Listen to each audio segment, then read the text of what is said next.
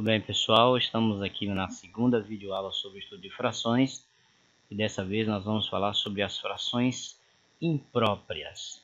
Eu quero iniciar falando aqui sobre as frações impróprias, mostrando um diagrama, um desenho de sua representação.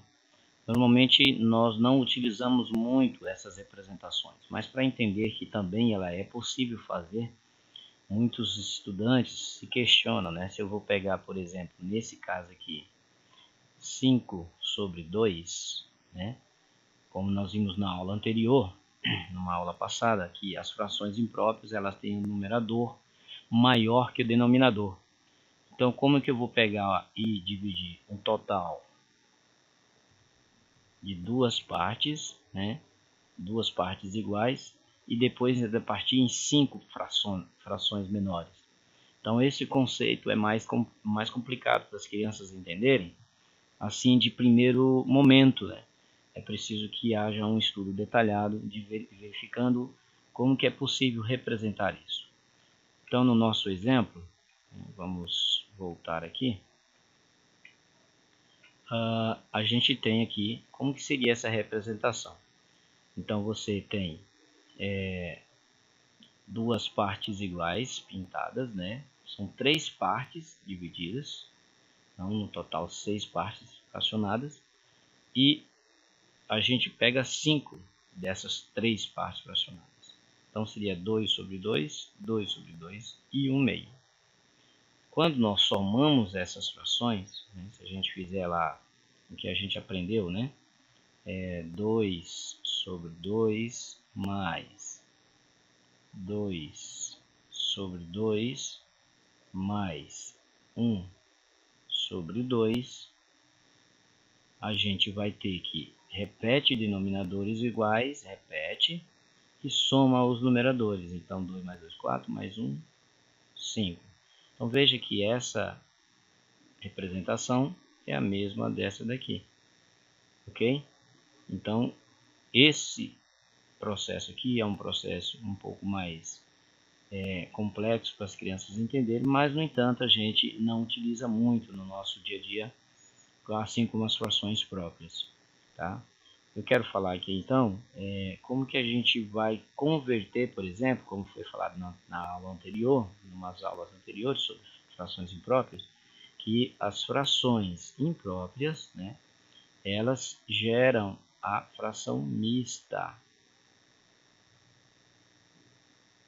que vai ser na sequência da aula seguinte, mas aqui a gente já passa para esse processo, ok? Então, como que a gente calcula, por exemplo, o 5, o 5 sobre 2, ou 5 meio, passar isso para mista, Passar isso para mista. Certo? Então, nós vamos fazer o seguinte procedimento. Então, nós vamos pegar o 5 e vamos dividir por 2. Então, nós vamos, para passar para mista, a gente faz esse processo.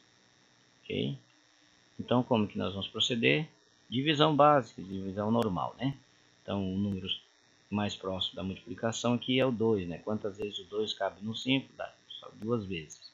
Então, 2 vezes 2 dá 4. Aí nós vamos pegar o resultado dessa multiplicação e vamos colocar aqui, E vamos fazer a subtração desse com esse. E o que eu quero agora? Eu quero fazer o resultado ficar sozinho aqui. Então, 5 menos 4 dá 1. Ok? Então, agora eu vou fazer o seguinte. Eu vou selecionar na diagonal esses dois valores aqui, 1 e 2. E vou colocar aqui, de baixo para cima, Então, eu vou colocar 1 meio. E o resultado que deu aqui, o resultado que deu aqui é a minha parte inteira. Então, essa aqui é a minha fração mista, certo? Que está surgindo dessa fração imprópria. Beleza? Ok? Então, vamos mais um exemplo. Vou pegar mais um exemplo aqui para a gente fixar legal isso aqui. Tá? Então eu vou apagar aqui. Então se qualquer coisa você volta a videoaula aí, certo? Vamos apagar aqui. Abrir um espaço aqui para a gente fazer mais um exemplo.